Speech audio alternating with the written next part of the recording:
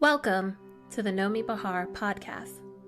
Her mission is to help people reach their true potential, transform limitations, and achieve a life of fulfilling success. Nomi is a human potential expert, motivational speaker, and trained psychotherapist who created the highly acclaimed method and program Gates of Power. She is the author of the best-selling book Gates of Power, Actualize Your True Self, and founder of White Cedar Institute for Expanded Living. Let's look at the state of mind that I call acceptance. Acceptance has not been looked upon favorably, that word acceptance. People think about it as giving up or being resigned, just a feeling of being weak, not really being on top of your game. Nothing is further from the truth. Acceptance is a source of power. Now, what does that mean, acceptance? It means acknowledging something or someone as they are at that moment. It's being aware that something or someone is the way they are. So it's very important to accept what is. For example, if there is a whole lot of rain outside and I need to get from one place to another, I have to accept the fact that there is rain outside. And once I have accepted it and acknowledged it, I can begin to formulate some solutions as to how I get from here to there in spite of a very heavy rain. So actually, by me accepting the fact that there is rain, it gives me freedom to create solutions. So actually, acceptance is a place of freedom, not a place of giving up, not a place of being resigned. So you would think that we would find acceptance is very natural and organic. Why not accept things that are as they are? And out of that acceptance, formulate creative changes, creative solutions. But actually, most of us don't accept. Most of us resist life every step of the way. And that resisting, not acknowledging things the way they are, and not being open to accepting and seeing things the way they are, is in our way of really getting as far as we can get. Now, how does that happen? Why are we so resisting? Why are we so not able to accept? We learn very early on not to accept. And it starts with not accepting ourselves, our needs, our desires, our natural tendencies. We learn that we must conform. We learn that we must be different. Conform, comply, compromise, look better, be a certain way, so that we can be accepted. We don't feel that we can be accepted exactly as we are.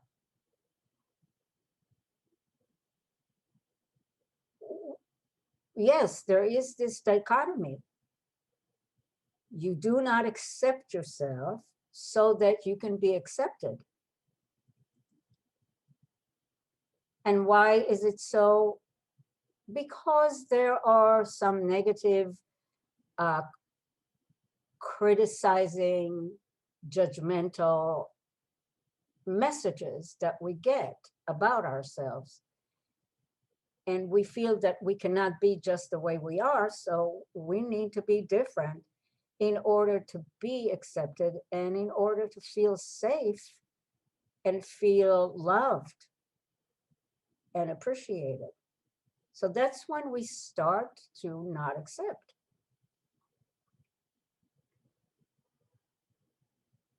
I'd like to share with you something personal. I remember my father telling me when I was pretty young, with great impatience, to stop being so dramatic. So I concluded that being intense and emotional, which is who I was as a child, was a curse, something that I must reject inside of me. Later, at the age of 20, um, I went to the Academy for the Performing Arts in Israel and became a very successful actor. And I was told over and over by directors that they chose me because of my very intense, very emotional nature.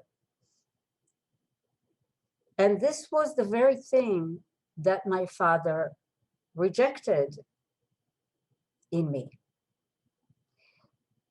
Later on, my father became one of my biggest fans, and all of that was a thing of the past. But this is an example how sometimes a parent can just not accept certain things about the child, and the child feels that they cannot accept that within themselves.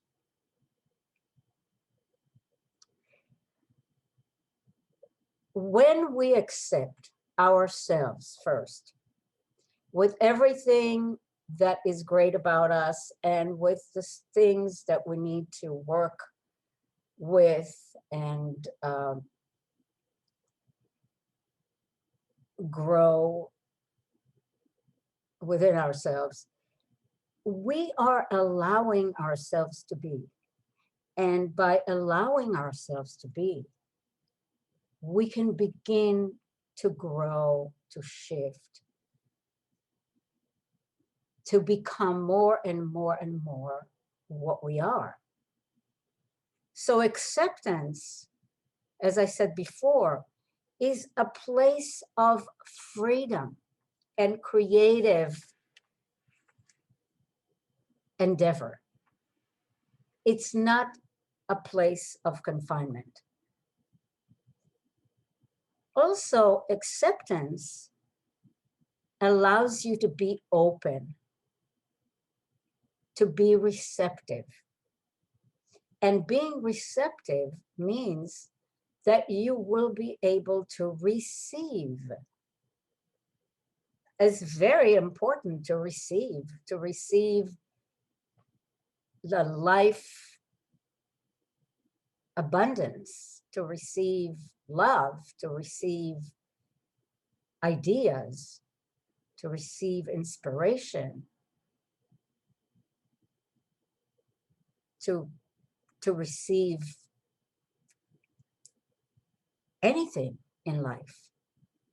Acceptance state of mind allows for receptivity.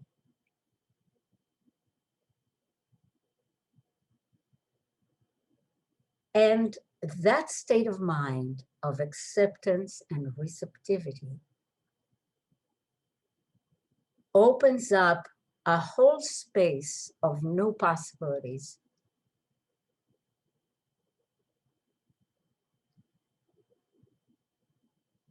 It allows us to be wildly imaginative and to reach for the moon.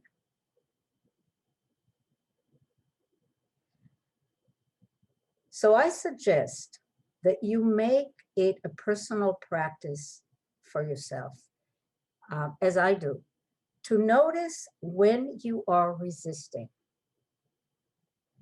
When you are resisting something within yourself, when you are resisting something in others and judging it and putting walls, when you are resisting facts of life, when you are fighting and battling things that are showing up instead of acknowledging them, being open to what is, and being able to grow from that. So make practice to notice when you are resisting and gently take yourself out of that by identifying the feelings that are hiding behind the resistance. Usually it's fear. Usually it's fear. Fear of being judged, fear of doing something wrong, fear of something wrong and bad happening.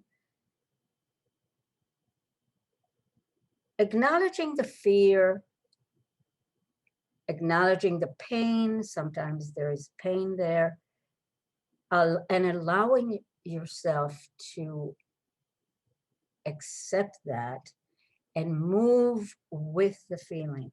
Let the feeling just be there and, like a wave, move energetically. And that would create healing and openness.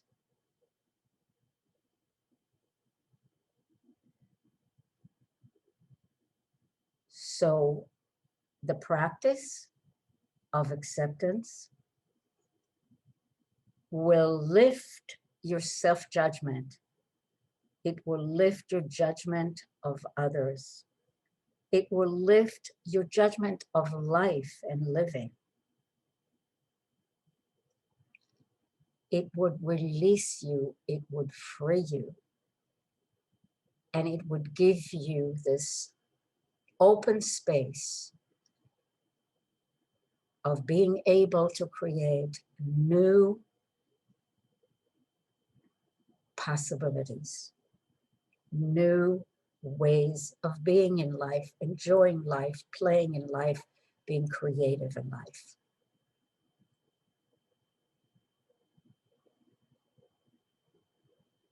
Let yourself open up. And acceptance, receptivity is a wonderful way of doing it.